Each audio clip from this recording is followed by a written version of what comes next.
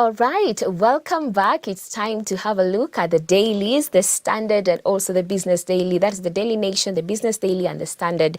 And let's start off with the Standard. What is happening on the top page? Remember, it's important for us to get informed so that we know how to pray and also to know what is happening in our country, Kenya.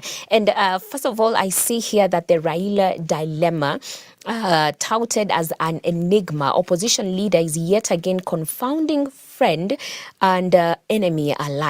In Azimio, the succession battle has pitted Kalonzo Musyoka against Martha Karua as to who leads the pack should Raila head to Addis Ababa.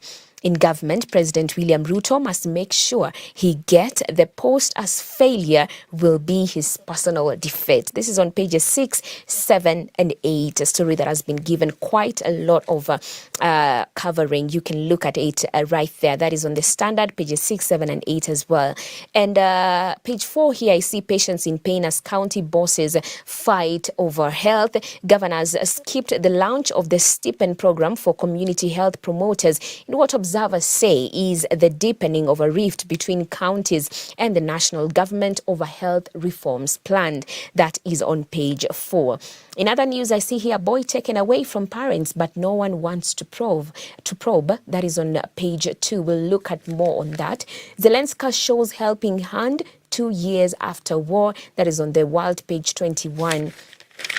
And let's just also, I see here on the business page 19 of the Standard, that is on the pullout, I see state agencies chart way forward on economic growth. And down here, I see United in Prayer, where President William Ruto is shaking hands with Pastor Benny Hinn at Nyayo National Stadium. That is yesterday, which was the last day of the healing crusade.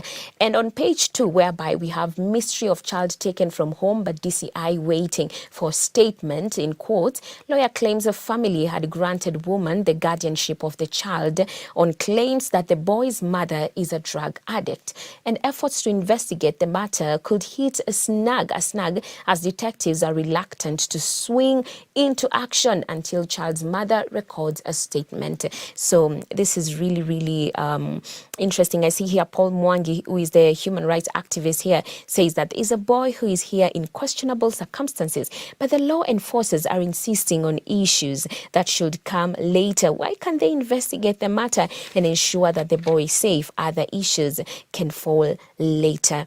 All right, you can look at that story on page 2 in more details. And I also see 3 here that there's an extraordinary bond between Rhinoceros and Minder at Conservancy. I mean, this guy is just embracing them.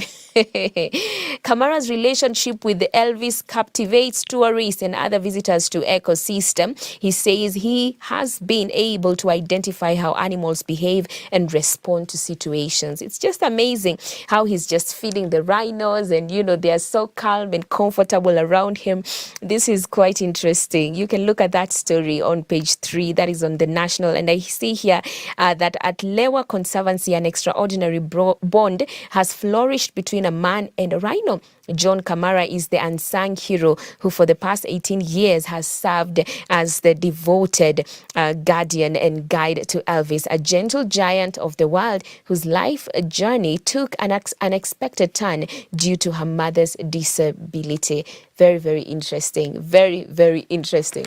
That is on page 3. Moving forward, I see county governments and health ministry flex muscles on key roles.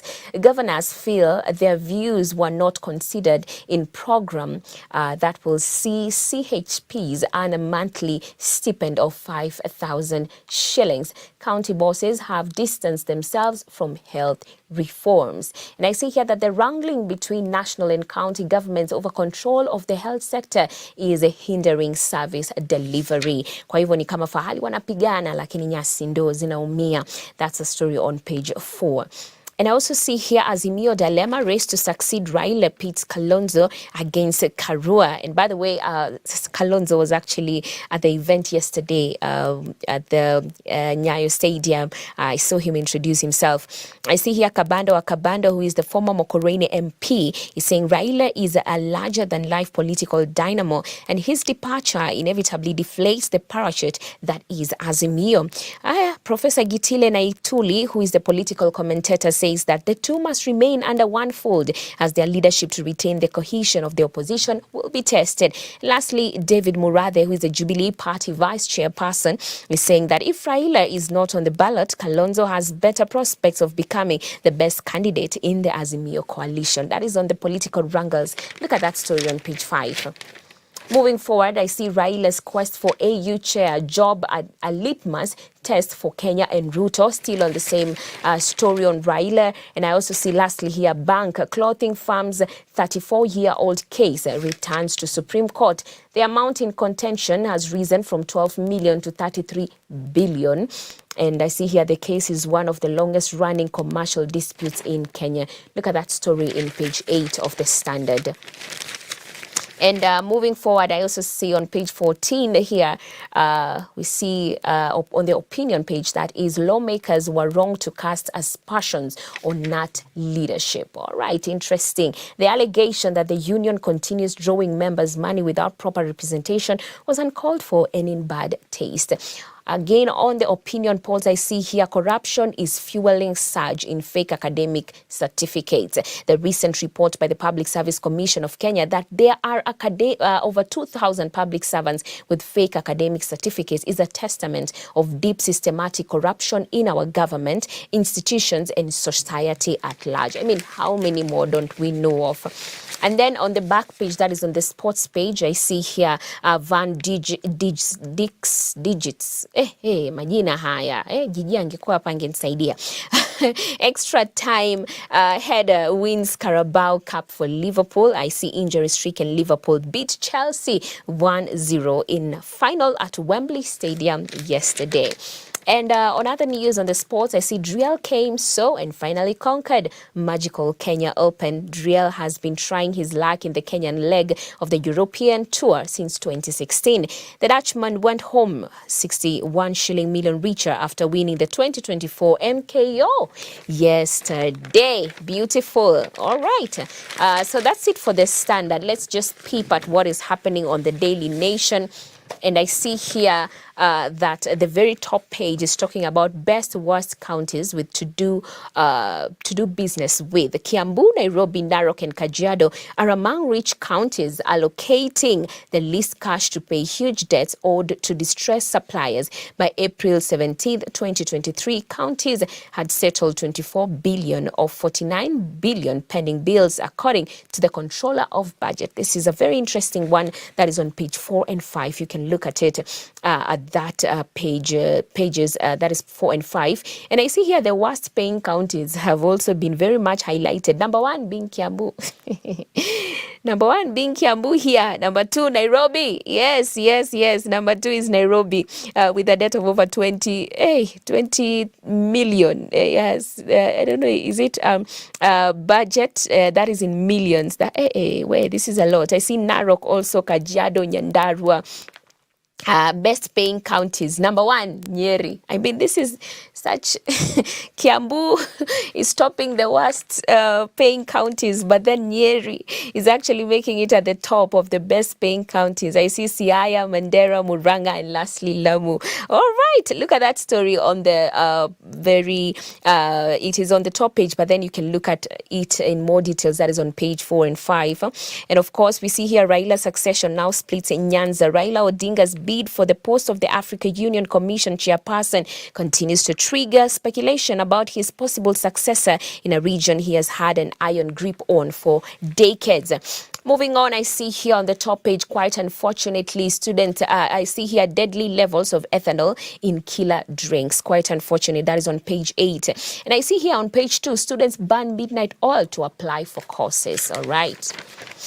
And moving on, looking at this page 2, which is quite interesting. Agonia students apply for courses on eCitizen. They pay 1,500 shillings to access Kenya Universities and Colleges Central Placement Service portal. And I see here for almost 2 weeks, Alan Gure Washuri, 18, and his friends have been sleeping past midnight trying to crack the Kenya Universities and Colleges Central Placement Service, that is the KUCCP's portal, to apply for his course.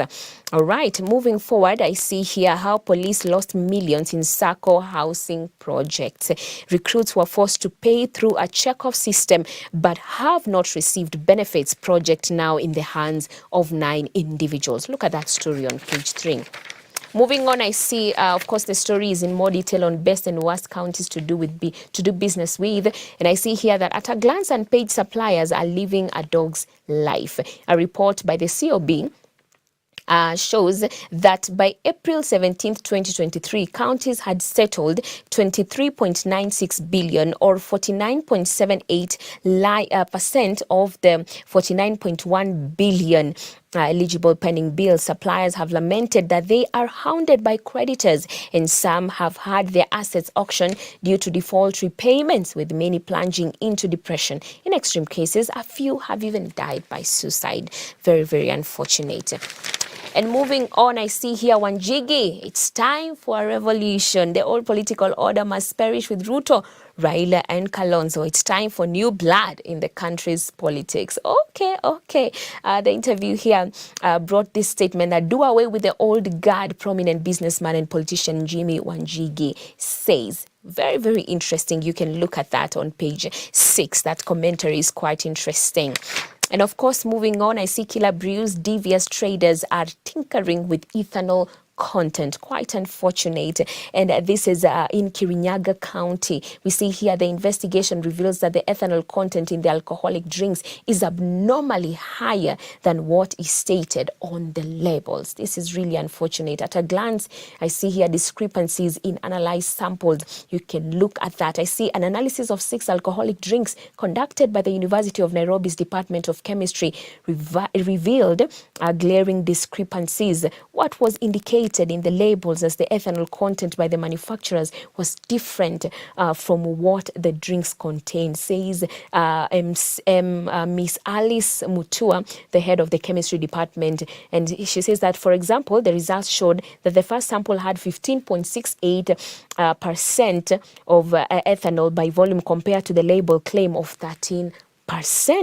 And the second had 15.68% by volume compared to the label claim of 15%. Look at that story in more detail on page 8. And this is a call also to be really, really careful in taking this illicit breeds.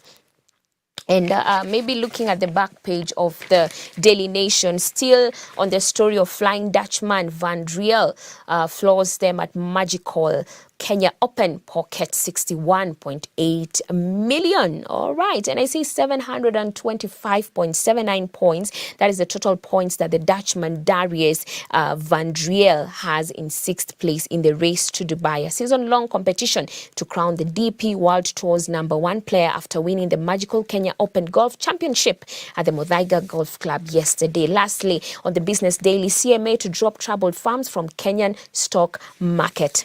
And I also see on the back page why Kenya must manufacture its way out of malaria. Kenya must proactively address challenges associated with supply chain disruptions, cost fluctuations, and risk of strategic vulnerability. That's on the health page, on the back page of the Business Daily. All right. And I see here that last word as we sum up what is in the papers. Every man is guilty of all the good he did not do. Quite deep. All right. We have finished the newspaper review segment. Thank you so much for being with me even all the way to this very moment. If you have gotten some information, then you can get one of your favorite copies of the newspaper. But then remember, at Hope FM, at the top of every hour, we have news updates right here on Hope TV. We have 7 p.m. Dira. We have 9 p.m. News Watch. So please do stay in touch with us. You can go to our website as well at www.hopemedia.org. So let us take a short break as we look at the video of the day, and then we will come back and talk about it.